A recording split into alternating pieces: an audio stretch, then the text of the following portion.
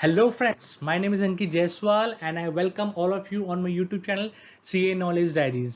आपका अपना YouTube channel for tax finance and economics update. दोस्तों, आज की डेट में जितने ज़रूरी पैसा कमाना है उससे ज़्यादा ज़रूरी उस पैसे को सही तरीके से सही जगह इन्वेस्ट करना उतना ही ज़रूरी होता है, ताकि सही समय पे वो आपका पैसा आपको काम आ सके। जैसे कि आपके रिटायरमेंट के लिए, आपके बच्चों की पढ़ाई के लिए, घर में अगर आपके किसी की शादी है या आपको रिटायरमेंट के लिए प्लान करना है, तो दोस्तों उसके लिए हमें आज ही अपने पैसे को सही तरीके से सही जगह इन्वेस्ट करना भी बहुत ज़रूरी होता है। दोस्तों, उसी सब चीज़ों को जो पूरा करता है एक इन्वेस्टमेंट स्कीम, उसी के आज हम बारे में बात करेंगे।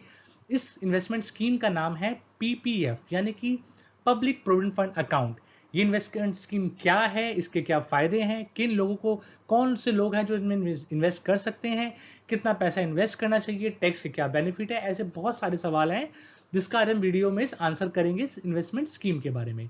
तो आइए दोस्तों, बिना टाइम को बर्बाद करें आगे बढ़ते हैं और जानते हैं इन पीपीएफ स्कीम, इन्वेस्टमेंट स्कीम के बारे में। दोस्तों, सबसे पहले हम बात करेंगे इसके फीचर्स के बारे में कि इसका पीपीएफ अकाउंट का जो हमारा जो अकाउंट है, प्रोविडेंट फंड अकाउंट, उसके फीचर्स क्या होते हैं। दोस्तों सबसे पहले हम बात करते हैं इसमें हम कितना पैसा इन्वेस्ट कर सकते हैं। दोस्तों, मिनिमम आप इसमें 500 रुपये सालाना कम से कम इन्वेस्ट कर सकते हैं और ज़्यादा से ज़्यादा एक साल में 1.5 लाख रुपए, एक साल में आप 1.5 लाख तक इसमें इन्वेस्ट कर सकते हो। तो मिनिमम 500 और मैक्सिमम 1.5 लाख, इससे ज़्यादा आप इन्वेस्ट नहीं कर सकते हैं। दूसरा दोस्तों, इसमें आपको ब्याज मिलता है 7.1% पर एनएम के रेट पे, जो कि अभी करंट इंटरेस्ट रेट गवर्नमेंट ने नोटिफाइड कर रखा है इस पीपीएफ अकाउंट के लिए। तो अगर आप इसमें जो भी पैसा इन्वेस्ट करते हैं उस पर आपको सालाना 7.1% का इंटरेस्ट आपको इस पे मिलेगा। दूसरा दोस्तों, इसमें आप investment for a maximum period of 15 साल, यानी कि आप इसमें अगर आप इन्वेस्टमेंट करते हैं तो इसका मैच्योरिटी होता है 15 साल बाद, यानी कि इसमें से आप पैसा 15 साल बाद निकाल सकते हैं। ठीक है दोस्तों।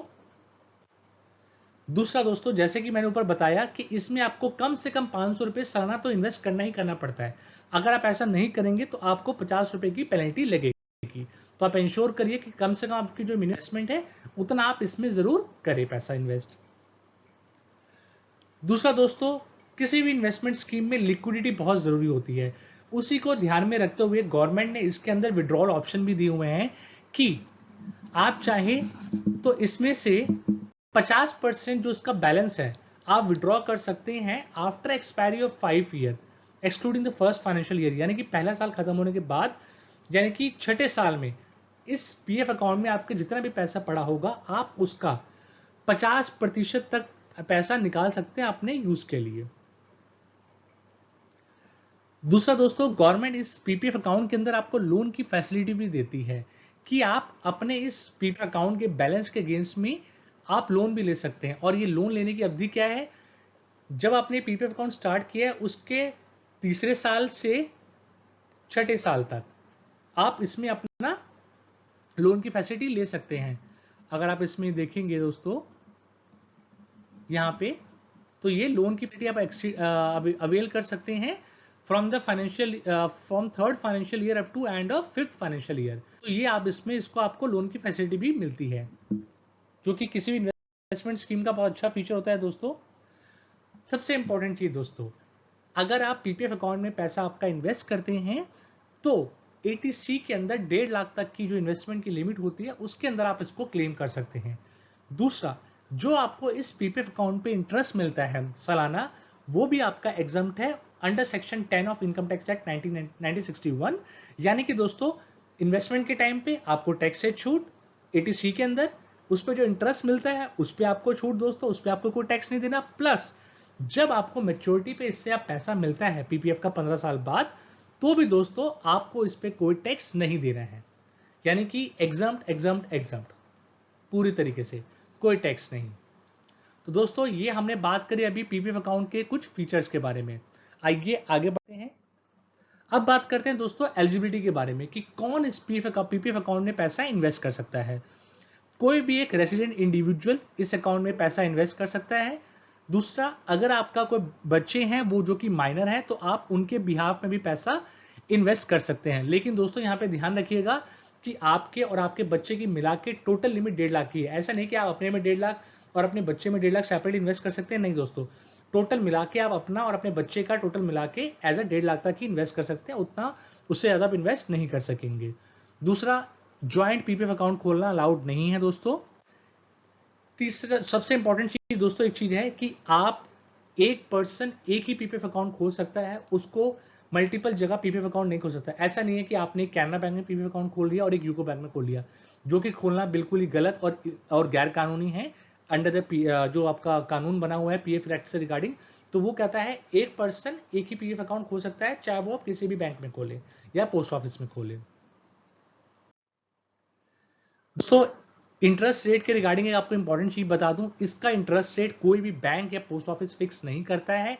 ये इसका इंटरेस्ट रेट सीधा गवर्नमेंट ऑफ इंडिया की मिनिस्ट्री ऑफ फाइनेंस रेगुलेट करती है, जो कि क्वार्टरली इसका इंटरेस्ट रेट रिवाइज करती है। अभी लास्ट जो इसका इंटरेस्ट रेट रिवाइज हुआ था वो हुआ था 31 मार्च 2021 को, जो कि अभी तक कंसिस्टेंट वही चला रहा है, जो कि अभी है 7.1%।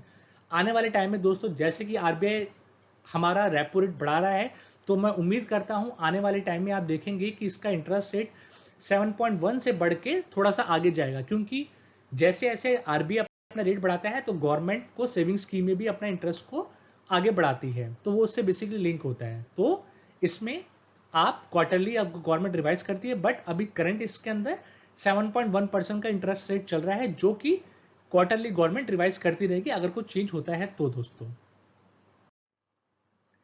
ये एक दोस्तों मैंने आपको एक एग्जांपल के तौर पर बताता हूं कि मान लीजिए अगर आज के डेट में आप इसमें 1.5 लाख रुपए सालाना 15 साल तक इन्वेस्ट करते हैं, यानी कि आपका 15 साल में इन्वेस्टमेंट अमाउंट होगा 22,50,000, उस पर आपको इंटरेस्ट मिलेगा 18,18,000 का करीबन।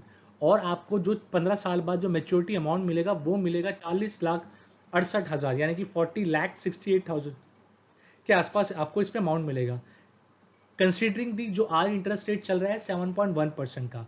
तो अगर आप सालाना 1.5 लाख रुपए 15 साल तक इन्वेस्ट करते हैं, 7.1% जो कि अभी करंट रेट है उसके हिसाब से आपको 15 साल बाद करीबन 40,68,000 रुपए आपको मिलेंगे। अगर ये रेट बढ़ता है तो ये मेच्योरिटी का अमाउंट और दोस्तों बढ़ जाएगा। और ये जस्ट मैंने आपके एक रेफरेंस के लिए मैंने खुद एक्सेल में इसका इंटरेस्ट रेट निकाल के कैलकुलेट किया था कि कैसे ये आपका आप देख सकते हैं। ये मेरा यहाँ पे मैंने 1.5 लाख इन्वेस्ट किया, मुझे पहले साल में ये ब्याज मिला, ये ब्याज जुड़ के 1,60,000 हो गया। फिर अगले साल 1,60,000 प्लस 1.5 लाख जो मैंने इन्वेस्ट किया उस पर मिला के मुझे इंटरेस्ट मिला, और उस दूसरे साल के एंड में बैलेंस ये रहा। तो इस तरीके से करते करते दोस्तों आप देखेंगे कि 15 साल के एंड में आपका जो बैलेंस है वो है करीबन 40,68,000 रुपए का। दूसरा दोस्तों, ये पीपीएफ अकाउंट आप कहाँ ओपन कर सकते हैं, ये कुछ लिस्ट है बैंक्स की जो मैंने पॉलिसी बाजार से उठाई है। और दूसरी सबसे इंपॉर्टेंट चीज दोस्तों ये है कि आप चाहे तो पोस्ट ऑफिस में भी अपना पीपीएफ अकाउंट खोल सकते हैं।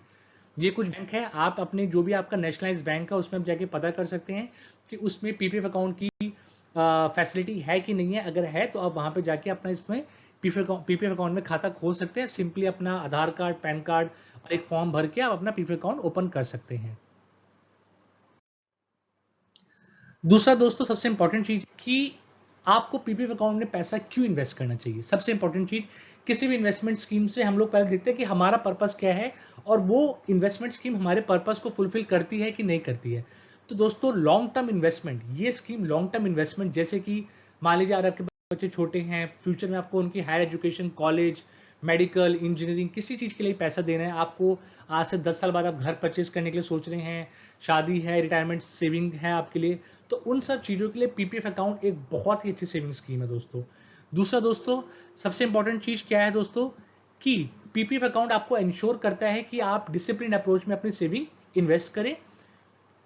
तीसरा दोस्तों, इस सेविंग स्कीम की गारंटी गवर्नमेंट ऑफ इंडिया देती है, उनकी तरफ से ये स्कीम आई हुई है। चौथा दोस्तों, इसका interest rate quarterly government fix करती है। और सबसे लास्ट दोस्तों, ये रिस्क फ्री इन्वेस्टमेंट है, इसमें कोई किसी तरह का रिस्क नहीं है। तो दोस्तों डिसीजन इज योर्स। आज हमने डिस्कस किया पीपीएफ अकाउंट के बारे में, ये पीपीएफ अकाउंट क्या है, इसके क्या फायदे हैं, कितना आप इन्वेस्ट कर सकते हैं, टैक्स बेनिफिट क्या है, कहाँ आप ओपन कर सकते हैं और इसके फायदे क्या हैं। तो उम्मीद करता हूं दोस्तों आज की मेरी वीडियो आपके कुछ काम आई होगी। अगर आपको मेरी वीडियो अच्छी लगी तो मेरे चैनल को, इस वीडियो को लाइक करिएगा और मेरे चैनल को सब्सक्राइब करिएगा अगर आप मेरे चैनल पे नए हैं तो। Thank you.